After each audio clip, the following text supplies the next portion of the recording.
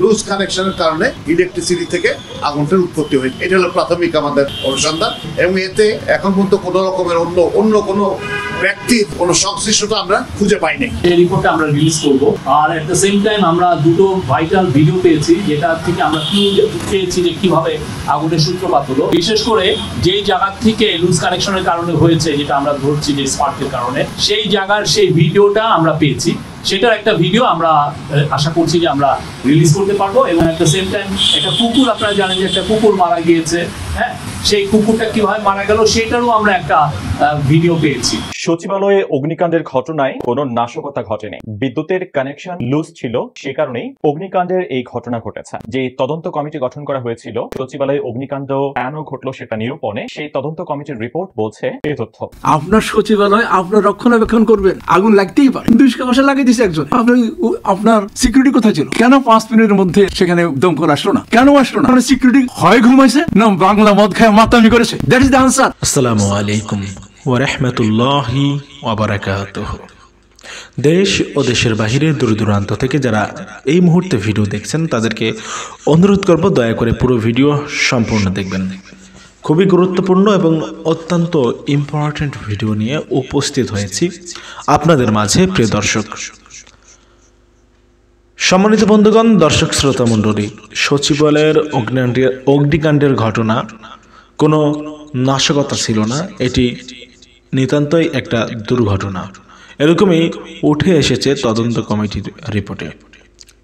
আপনারা সকলে অবগত আছেন সচিবালয়ের আগুন কিভাবে লাগলো, কিভাবে এরকম ভয়াবহ অগ্নিকাণ্ডের ঘটনা ঘটেছে সচিবালয়ের মতো জায়গায়। এই জন্য একটি তদন্ত কমিটি গঠন করা হয়েছিল এবং সেই তদন্ত কমিটি তাদের রিপোর্ট সাবমিট করেছে এবং তদন্ত কমিটির রিপোর্টে উঠে এসেছে যে সচিবালয়ের অগ্নিকাণ্ডের ঘটনা একটি দুর্ঘটনা, এটি কোনো নাশকতা নয়। দর্শক শ্রোতা মণ্ডলী, সচিবালয়ের আগুনের ঘটনায় কোনো নাশকতা ছিল না, এটি একটি দুর্ঘটনা। তদন্ত কমিটির এই রিপোর্ট কি আপনি সমর্থন করছেন? আপনারা জানাবেন আপনারা কি বলছেন। দর্শক শ্রোতা মণ্ডলী, কি মনে করছেন আপনারা? তদন্ত কমিটির রিপোর্ট কি সঠিক? চলুন কথা না বাড়িয়ে সচিবালয়ের আগুন লাগা নিয়ে, অগ্নিকাণ্ডের ঘটনা নিয়ে তদন্ত কমিটির তরফ থেকে কি বলা হলো আমরা সেটা শুনি, তারপরে কথা বলি। সেই রিপোর্টটা আমরা রিলিজ করব।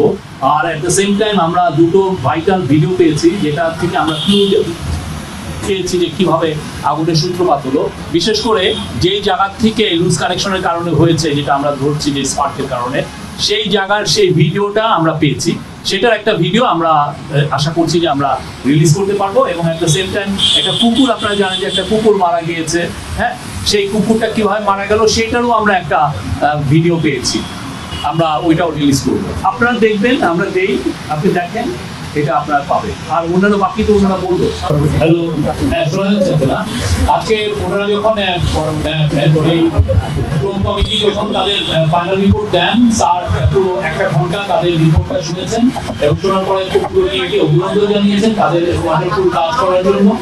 এবং উনি তাদের কাছ থেকে লং টার্ম রিকমেন্ডেশন চেয়েছেন, যাতে ফাইনাল রিপোর্টে রিকমেন্ডেশনগুলো থাকে, যাতে সচিবালয়ে এইরকম কোনো ফায়ার আর জন্য না ঘটে এবং সেটার জন্য যত রকমের ব্যবস্থা নেওয়া যায় সেই ব্যবস্থাগুলোর জন্য আমরা নিতে পারি। সেই বিষয়ে উনি সবাইকে বলেছেন এবং বিশেষজ্ঞ মণ্ডলী স্যারকে জানিয়েছেন যে না, তারা তাদের ফাইনাল রিপোর্টে পুরো বিষয়গুলো থাকবে। লুজ কানেকশনের কারণে ইলেকট্রিসিটি থেকে আগুনটার উৎপত্তি হয়েছে। এটা হলো প্রাথমিক আমাদের অনুসন্ধান, এবং এতে এখন পর্যন্ত কোনো রকমের অন্য কোনো ব্যক্তির কোনো সংশ্লিষ্টতা আমরা খুঁজে পাইনি। আমাদের যারা অন্য টিমের এক্সপার্টরা আছেন তারা তাদের অবজারভেশনগুলো এখন বলবেন। ক্ষয়ক্ষতি নিরূপণের কাজ আমরা ইতিমধ্যে, যেহেতু এটা একটা ক্রাইম সিন ছিল, সেহেতু এর মধ্যে কাউকে প্রবেশ করতে দিইনি। ওখানে 6টা মন্ত্রণালয় কাজ করছে, ফলে এদেরকে ইন্ডিপেন্ডেন্টলি তাদের এই জিনিসগুলো করার জন্য বলা হয়েছে।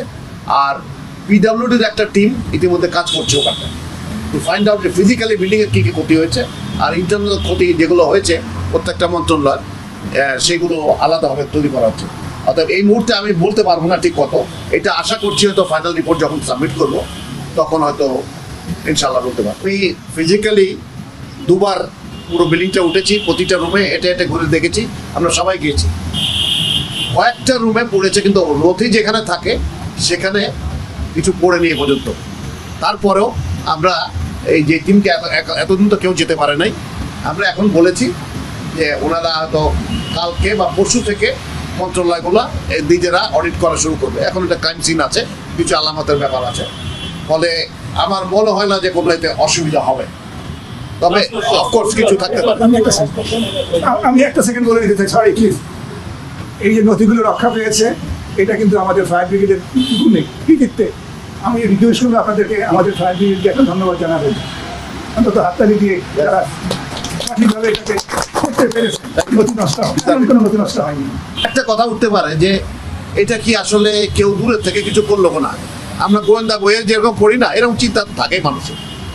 ওই একটা জিনিসের জন্য কতগুলো অ্যাডভান্স টেস্ট লাগে, যেগুলো আমাদের দেশে হয় না। নর্মালি এর আগে এই ধরনের সিদ্ধান্ত আমরা কোনো সময় নেই বাংলাদেশে নেওয়া হয়, কিন্তু আমরা মনে করেছি যে এই ক্যাপাবিলিটি আমাদের থাকা উচিত। দিনকে দিন টেকনোলজি বাড়ছে, আমরা যদি এর সাথে পিক আপ না করতে পারি তাহলে আমাদের জন্য অসুবিধা। অতএব আমাদের বুয়েটের বিশেষজ্ঞ দল এবং বাইরের থেকে কিছু কতগুলো টেস্ট সাজেস্ট করা হয়েছে।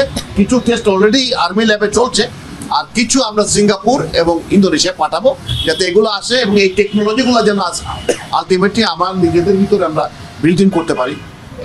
এইটাতে আরো একটা জিনিস হয়েছে যে একটা মেটাল কাটলে পরে কতদিন আগে কাটা হয়েছে সেটার যে টেস্টগুলো, এই টেস্টগুলো আমাদের এখন ক্যাপাবিলিটি নাই, সেগুলো ডেভেলপ করার চেষ্টা করবো। ভিডিওর মাধ্যমে পেয়ে যেটা দেখেছি, যেটা আমরা আগে ভিডিও পাওয়ার আগে রিপোর্ট তৈরি করেছি, যেটা পুরোপুরিভাবে মিলে গেছে।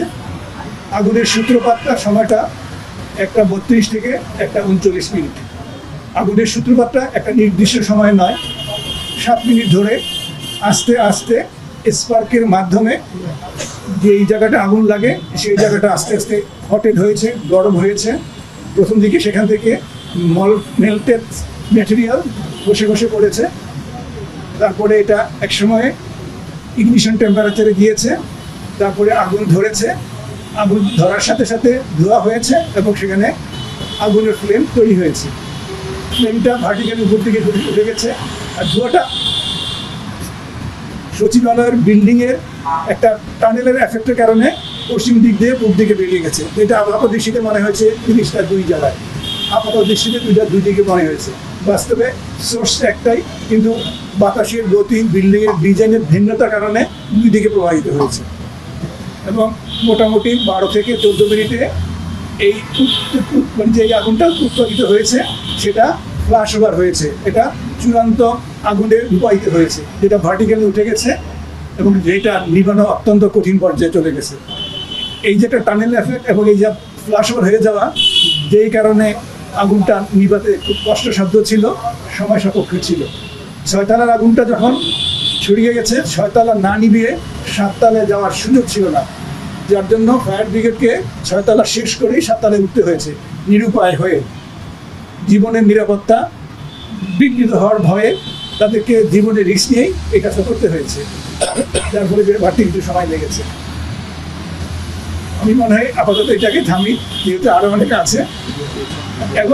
এবং এই যে জিনিসটা আমরা বললাম মুখে, এটা আমরা প্রাথমিকভাবে ফায়ার ডায়নামিক্স থেকে একটা রিপোর্ট তৈরি করি। পরবর্তী পর্যায়ে পুলিশের সিআইডি ডিপার্টমেন্ট ওখানকার ভিডিওগুলো সংরক্ষণ করেছিল, সেটা আমাদেরকে দেখে আমাদের এই অঙ্ক করা জিনিস আর ভিডিও জিনিস 99% মিলে গেছে। তো আমরা মোটামুটিভাবে নিশ্চিত হয়েছি যে আগুনটা এইভাবেই সৃষ্টি হয়েছে, এইভাবেই প্রভাবিত হয়েছে। আরেকটা জিনিস বলতে ভুলে গেছি, সেটা হচ্ছে আগুনটা প্রাথমিকভাবে সচিবালয়ের উত্তর দিক থেকে দেখা গেছে, দক্ষিণ দিকে দেখা যায় না, যেটা বাড়ি থেকে সচিবালয় আমরা দেখি। সচিবালয় যখন দেখা গিয়েছে সেটা কিন্তু আগুন উৎপত্তির প্রায় 1.5 থেকে 2 ঘন্টা পরে। ততক্ষণে আগুনটা লোকালাইজ 2টা পয়েন্টে মনে হয়েছে, একটা 6 তলায়, একটা 8 তলা কোনায়। বাইরে থেকে মনে হয়েছে 2 জায়গা আলাদা, অনেক দূরে। বাস্তবে ভিতরে এটা ইন্টারনালি কানেক্টেড ছিল, যেটা বাইরে থেকে বুঝতে অসুবিধা হয়েছে। লুজ কানেকশনের জন্য বেশ কিছু ব্যাপার বলতে হবে আমাকে। প্রথম হচ্ছে, যখন আমরা একটা সকেট লাগাই, লুজ কানেকশন। যখন আমরা তার জোড়া দিই, লুজ কানেকশন, আলাদাভাবে বলি। সকেটে যখন ঢুকাই, এই সকেটের অনেক সময় ম্যাচিং হয় না, তারপরে আমরা জোর করে ঢুকাই। 2 নম্বর হচ্ছে, এই সকেট কয়েকবার ঢুকানোর পরে এটা লুজ হয়ে যায় তার ম্যাটেরিয়ালের গুণগত কারণে। আমাদের দেশে যে সকেট পয়েন্টগুলো পাওয়া যায় বিভিন্ন দামের, এই বিভিন্ন দামের কারণে এর কোয়ালিটি অ্যাসুরেন্স করা যায় না, যার জন্য সময়ে এগুলো লুজ হয়ে যায়। আমরা একই জিনিস যখন বারবার ব্যবহার করি, এটা একটা এইজিং এফেক্ট আছে, সময়ের সাথে এর কোয়ালিটিটা খারাপ হতে থাকে। আমাদের এই জিনিসটা পরিবর্তন করা দরকার, যেটা আমরা করি না। যার জন্য আমরা অনেক সময় দেখা যায় সকেট ঢুকে দেখলে একটা স্পার্ক আমরা দেখতে পাই। আমার মনে হয় আপনারা সবাই নিজেদের বাড়িতে যখন সকেট লাগান কোনো না কোনো সময় স্পার্কটা দেখেছেন। আর যেটা হচ্ছে কানেকশনে যেটা বলি আমরা, জোড়া দেওয়ার ব্যাপারটা বলি আমরা, এটা আমাদের ব্যক্তিগত চরিত্রের ব্যাপার আছে। নিয়ম অনুযায়ী একটা তারের জোড়াটা হওয়া উচিত জাংশন টু জাংশন, কিন্তু আমরা মাঝখানে দুইটা তার জোড়া দিয়ে পেঁচাই একটা ট্যাপ দিই। এটা একটা অনিয়ম, কিন্তু এটা আমরা করে অভ্যস্ত। অল্প সময়ের ক্ষেত্রে এটা চলে, কিন্তু দীর্ঘ সময়ের ক্ষেত্রে এই জাতীয় ট্যাপ বাজানোটা উচিত নয়। কারণটা হচ্ছে এই ট্যাপগুলো যে গামটা থাকে, যে গামটা কোনোটা 6 মাস কোনোটা 1 বছর পরে গামটা চলে যায়, যার জন্য এই ট্যাপের আর গুণগত মানটা থাকে না। কিন্তু তখন আমরা আর পরিবর্তন করি না। যখন সময়ের পরিবর্তনের সাথে সাথে এখানে একটু লুজ হয়, গরম হয় এবং এই ট্যাপের গুরুত্বটা শেষ হয়ে যায়, আমরা এটা খেয়াল করি না। এটা আমাদের অভ্যাসগত কারণ, আমাদের চরিত্রগত কারণ, আমাদের ভুল। এ থেকে অ্যাভয়েড করার সবচেয়ে পদ্ধতি, নিয়ম আমাদের দেশে আইনে আছে। প্রতি বছর আমাদের লাইনগুলো চেক করার কথা, যেটা আমরা 10 বছরে করি না। এটা আমাদের ভুল। প্রত্যেকটা বড় বড় প্রতিষ্ঠানে রেগুলার একটা চেক লিস্ট তৈরি করে এগুলো চেক করা উচিত, চেক করা দরকার এবং এটাকে নোট দিয়ে টেস্ট করা দরকার। আমরা করি না, যেটা এখন গার্মেন্টস সেক্টরি রেগুলার ভিত্তিতে করে, কিন্তু আমাদের সরকারি ব্যক্তিগত জীবনে আমরা এগুলো করি না, আমরা ভুলে যাই। এখান থেকে উৎপত্তি, এখান থেকে শুরু। অর্থাৎ লুজ কানেকশনের মধ্যে যেটা ব্যাপার, সেটা হচ্ছে আসলে আমাদের অভ্যাসে আসতে হবে। বছরে একবার হোক, 2 বছরে একবার হোক, উই হ্যাভ টু চেক যে কোনটা লুজ আছে, কোনটা ঠিক আছে। We have to check it এবং রিপেয়ার করা উচিত। রেগুলার মেনটেন্স করার সুযোগটাই আমাদের থাকবে। বা এইসব প্রশাসনিক আমাদের সুপারিশ থাকবে, এটা রেগুলার মেনটেন করা হোক। বিএনবিসি নিয়ম মেনে কতদিন পরে পরে করা উচিত, কিভাবে করা উচিত, আমরা সেগুলো সাজেস্ট করবো। কিন্তু করবে কি না, কিভাবে করাবে, এটা প্রশাসনিক ব্যাপার। এটা আমাদের কথা বলার সুবিধা আছে বলে আমি মনে করছি না। যেটুকু নষ্ট হয়েছে তা মেরামত যোগ্য, যেটুকু নষ্ট হয়েছে তা মেরামত যোগ্য। আমাদের সঙ্গে সিভিল ইঞ্জিনিয়ার ছিলেন, তিনি বলেছেন এটা মেরামত যোগ্য। আমি সিভিল ইঞ্জিনিয়ার নই, আমি ফায়ার এক্সপার্ট। আমরা শুরুতে ঘটনাস্থল পরিদর্শন করে যে জায়গায় সম্ভব আগুন লাগার যে রুমগুলো আমরা পেয়েছি, আমরা ওখান থেকে 3টা নমুনা সংগ্রহ করি, 3টা জায়গা থেকে। এবং ফায়ার সার্ভিস এবং সিভিল ডিফেন্সও আমাদেরকে একটা নমুনা দিয়েছে যে কোনো ধরনের বিস্ফোরক ব্যবহার করে নাশকতামূলকভাবে কি এখানে আগুন লাগানো হয়েছে। আমার এরিয়াটা ছিল এটাকে যাচাই করা। তো এই নমুনাগুলো সংগ্রহ করে আমাদের বাংলাদেশ সেনাবাহিনীর একটা চমৎকার একটা উচ্চমানের একটা আইডি ফিউশন সেন্টার আছে। এই আইডি ফিউশন সেন্টারে বিভিন্ন ধরনের হাই-এন্ডের আপনার এক্সপ্লোসিভ ডিটেক্টরস আছে, যেমন মাস স্পেক্ট্রোমিটার, তারপর আইটেমাইজার এক্সপ্লোসিভ ডিটেক্টর। এই ধরনের মেশিনগুলোতে আমরা কয়েকবার করে টেস্ট করে আসলে আমরা কোনো ধরনের এক্সপ্লোসিভ ব্যবহার করার মতো কোনো ধরনের সংশ্লিষ্টতা আমরা এখানে। আর ফায়ার সার্ভিস সিভিল ডিফেন্স থেকেও যে নমুনাটা আমরা পেয়েছি, এই নমুনা তো আসলে কোনো ধরনের এক্সপ্লোসিভ প্রবলেম ছিল না। তো এরপরে আমরা আরো নিশ্চিত হওয়ার জন্য আমাদের একটা ডগ স্কোয়াড আছে, যেটা যারা এক্সপ্লোসিভ ডিটেক্ট করতে পারে স্নিপিং এর মাধ্যমে গন্ধ শুকে, তাদেরকে নিয়ে হচ্ছে আমরা যে কয়টা ফ্লোরে আগুন লেগেছে প্রত্যেকটা ফ্লোরে আমরা ওদেরকে দিয়ে সার্চ করেছি। তার সাথে আমাদের এক্সপ্লোসিভ শুটিং টিম যেটা ছিল তারাও সার্চ করেছে। আমরা আসলে এক্সপ্লোসিভ ব্যবহার করার মতো কোনো ধরনের এক্সপ্লোসিভ ব্যবহার করার মতো আসলে কোনো ধরনের কোনো আলামত বা কোনো কিছু আমরা পাই। তো এটা ছিল আমাদের পক্ষ থেকে আমি যেটা নিয়ে আমি কাজ করেছি। ধন্যবাদ। আসসালামু আলাইকুম, আমি মোহাম্মদ একসময় ফায়ার সার্ভিস। আপনারা অলরেডি ফায়ারের তোমাদের বিবরণগুলি শুনেছেন। তো ফায়ার সার্ভিসে আমাদের প্রথম 3টা দল অগ্নিকাণ্ডের সাথে সম্পৃক্ত হয়। এর মধ্যে 7 নম্বর ভবনের পশ্চিম অংশে 6ষ্ঠ তলার সিঁড়িতে একটা 52 এবং মধ্যমানের সিঁড়িতে একটা 58 এবং পূর্বাংশের সিঁড়িতে 2টা 7 ওইটা তারা ফায়ার সার্ভিস ছিল। আপনারা ইতিমধ্যেই জেনেছেন যে ফায়ারটা পূর্ণ বিকশিত অবস্থায় ছিল, অর্থাৎ ফুলি ডেভেলপড অবস্থায় ছিল। এবং আমাদের ফায়ার সার্ভিস টিম যখন সিঁড়িতে পৌঁছায় তখন যে করিডোর ছিল, করিডোরটিতে আপনার ফায়ারটা বিকশিত অবস্থায় থাকার কারণে ফুলি ডেভেলপড অবস্থায় থাকার কারণে আগুনের মাত্রা 70 এর মধ্যে আমাদের ফায়ার সার্ভিস থেকে কাজ করতে হয়েছে। পাশাপাশি আমাদের বিভিন্ন স্টেশন থেকে আমাদের ইউনিটগুলি মুভ করেছিল।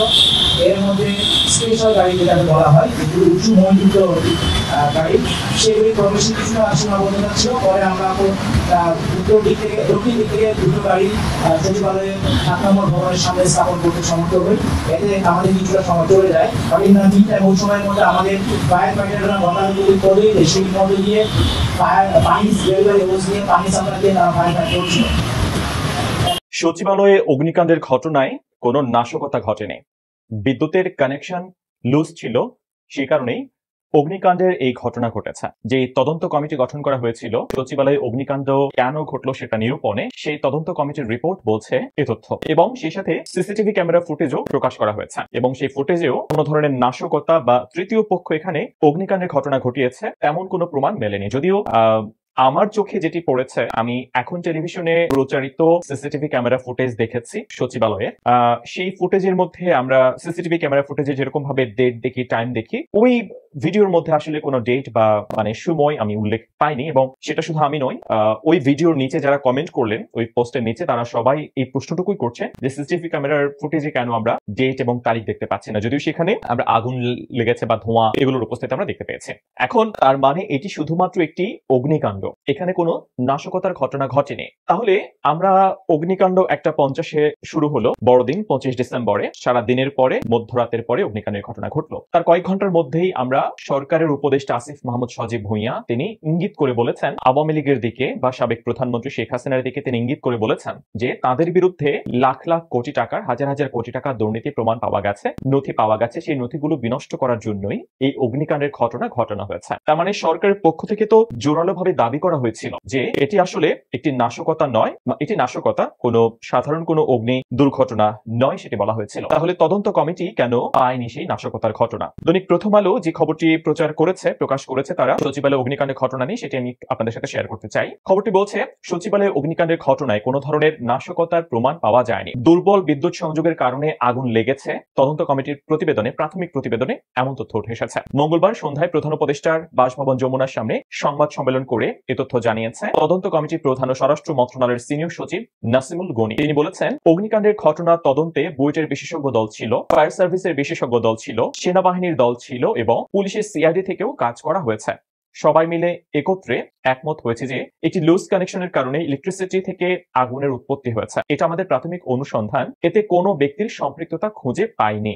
অগ্নিকাণ্ডে কি পরিমাণ ক্ষয়ক্ষতির ঘটনা ঘটেছে সে ব্যাপারে তিনি বলেছেন তা চূড়ান্ত প্রতিবেদন উল্লেখ করা হবে। এ সময় নথি পুড়ে যাওয়ার বিষয়ে সাংবাদিকরা প্রশ্ন করেছেন। তিনি বলেছেন এই প্রশ্নের জবাবে, আমি সশরীরে 2বার বিল্ডিং এ উঠেছি, প্রতিটি রুমে হেঁটে হেঁটে ঘুরে দেখেছি, আমরা সবাই গিয়েছি, কয়েকটি রুম পড়েছে কিন্তু সেখানে নথি পড়েনি, এটি আমার বক্তব্য নয়। নাসিমুল গনি, তিনি সচিব, এই তদন্ত কমিটি তিনি প্রধান, তিনি বলেছেন তারপরেও আমরা বলছি ওনারা কাল পরশু থেকে নিজেরা মন্ত্রণালয় অডিট করা শুরু করতে পারেন, আমার মনে হয় না কোনো অসুবিধা হবে। এবং সচিবালয় অগ্নিকাণ্ডের ঘটনায় কোনো বিস্ফোরক ব্যবহারের প্রমাণও পাওয়া যায়নি, এমনটাও তদন্ত কমিটির পক্ষ থেকে জানানো হয়েছে। বাংলাদেশে সবসময় যা ঘটে সেটা দেখার পরে বা শোনার পরে আমরা কাঁদবো না হাসবো এটা বোঝা মুশকিল। তো 6 ঘন্টা ধরে আগুন, প্রথম আলোর ক্যাপশন, 6 ঘন্টা ধরে আগুন, 5 মন্ত্রণালয় পুড়েছে স্থানীয় সরকার, সড়ক, ডাক ও টেলিযোগাযোগ, যুব, ক্রীড়া এবং শ্রম মন্ত্রণালয়।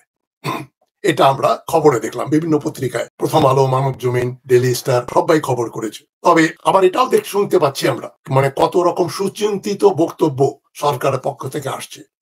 অগ্নিকাণ্ড পূর্ব পরিকল্পিত, হাসবেন না কাঁদবেন। তারপরে মজার ব্যাপার দেখলাম মানব জমিন পত্রিকাতে, পরিদর্শনের 3 উপদেষ্টা, যুব ও ক্রীড়া উপদেষ্টা আসিফ মাহমুদ, সজীব ভুঁইয়া, ব্রিগেডিয়ার সাখাওয়াত হোসেন, এরা দেখতে গেলেন ঘটনা ঘটে যাওয়ার পরে। তাদের বক্তব্য হচ্ছে, এটাও অমৃত বাণী, ফ্রেম করে টাঙিয়ে রাখবেন ড্রয়িং রুমে, ষড়যন্ত্রকারীরা থেমে নেই। তারা কি জানতেন যে ষড়যন্ত্রকারীরা থেমে গেছে?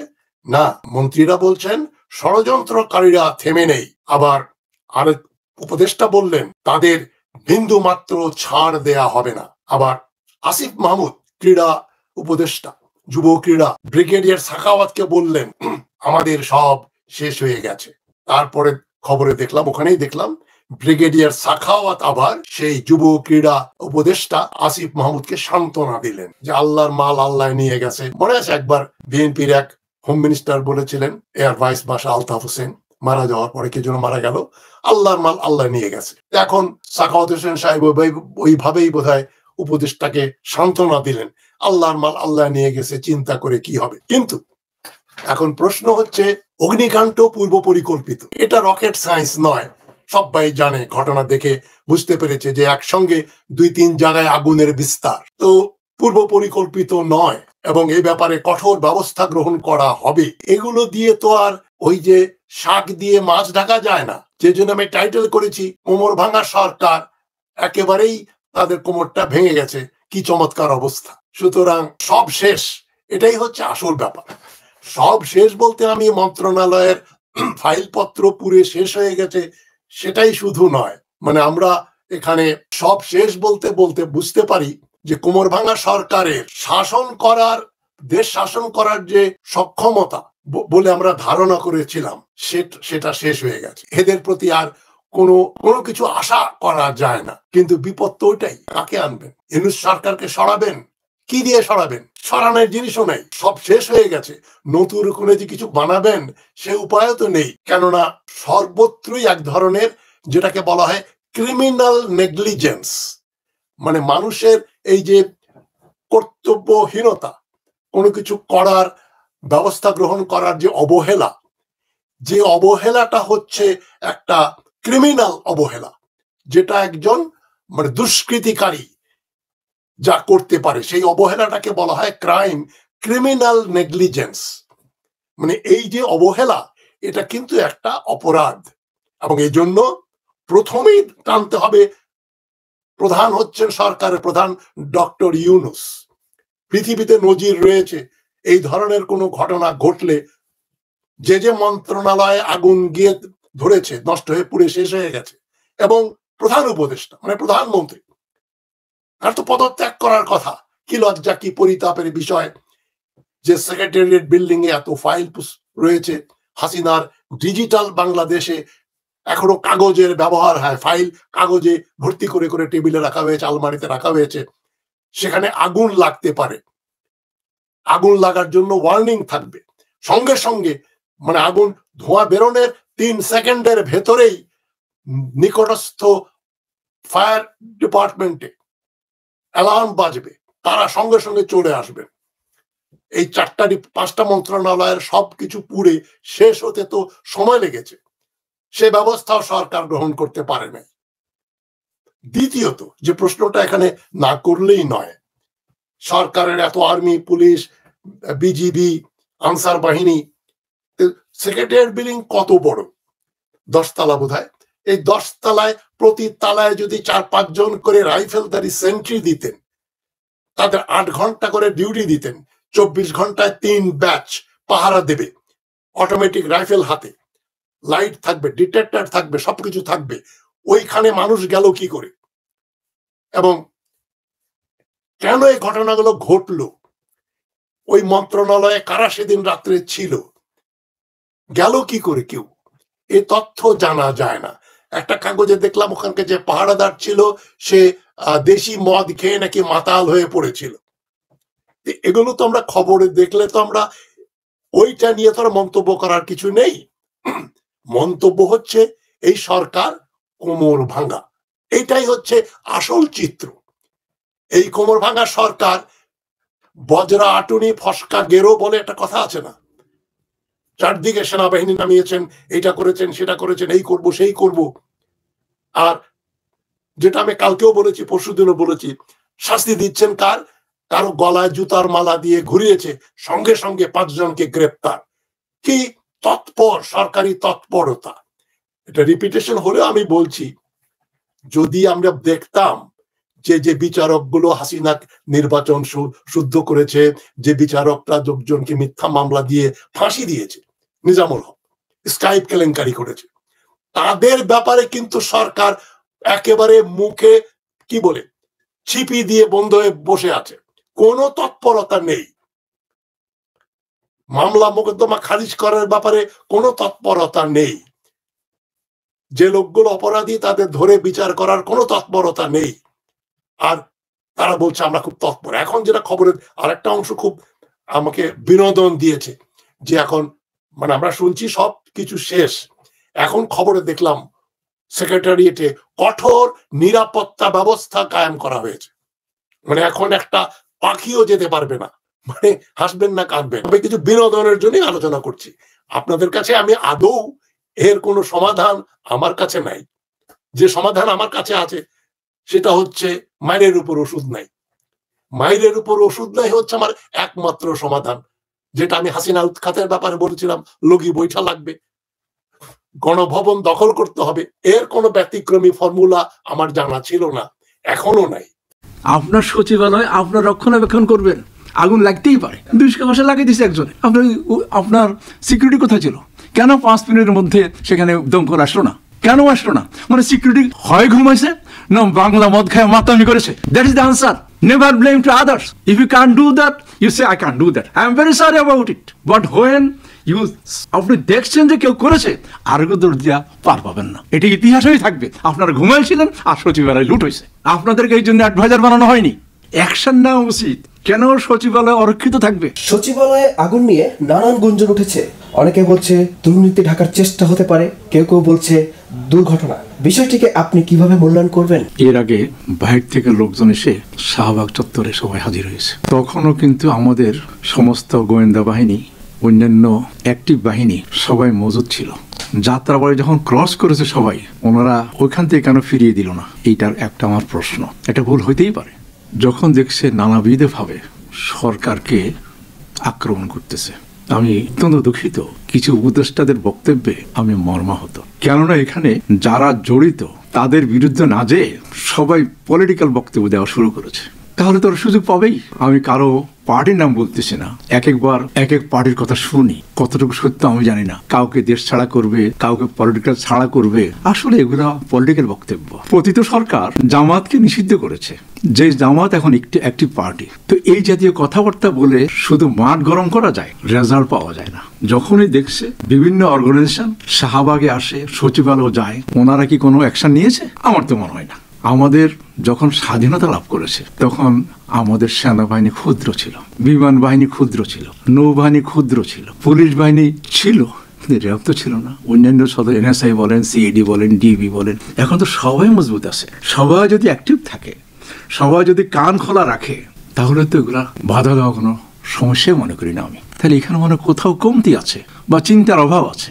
যেখানে ইউরোপের কতগুলো দেশ আছে, বুলগেরিয়া, হার্জেগোভিয়া, সার্বিয়া, মলডোভা, এইসব দেশের লোক সংখ্যা 1 কোটির নিচে, আর আমাদের দেশের ঢাকা শহরের লোক সংখ্যা 2 কোটির উপরে। বস্তি বাঁচি আছে প্রায় 70 লক্ষ 80 লক্ষ।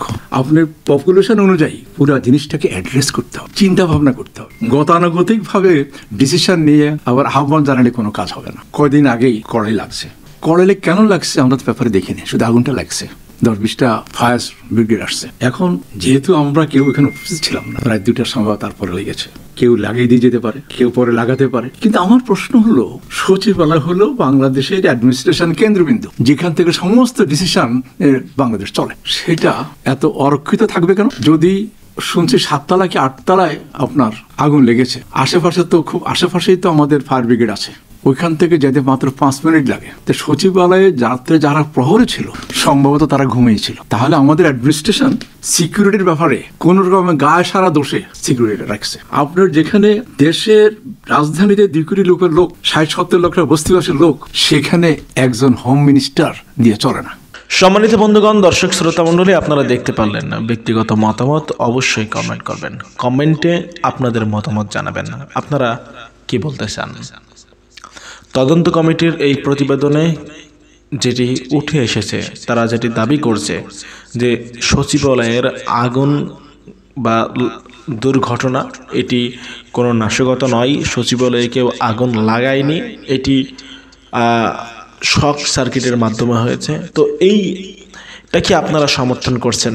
প্রিয় দর্শক শ্রোতা মণ্ডলী, তদন্ত কমিটির পক্ষ থেকে বলা হয়েছে সচিবালয়ে আগুনের ঘটনায় কোনো নাশকতা ছিল না, এবং তদন্ত কমিটির এই রিপোর্টকে আপনারা সমর্থন করছেন? অবশ্যই জানাবেন আপনারা কি মনে করেন। আপনারা কি মনে করছেন এটি সঠিকভাবে তদন্ত করা হয়েছে? আপনারা কি ভাবছেন সত্যিকার অর্থেই এটি দুর্ঘটনা, নাকি ভাবছেন এটি কোনো নাশকতা পরিকল্পিত ভাবে এই অগ্নিকাণ্ডের ঘটনা হয়েছে? কি মনে করছেন, কি ভাবছেন, সেটা অবশ্যই কমেন্ট করে জানাবেন আপনারা আপনাদের ব্যক্তিগত অভিব্যক্তি, অভিমত। ভালো থাকবেন, সুস্থ থাকবেন। দেখা হবে আরও অন্য কোনো একটি ভিডিওতে। সে পর্যন্ত বিদায় নিচ্ছি।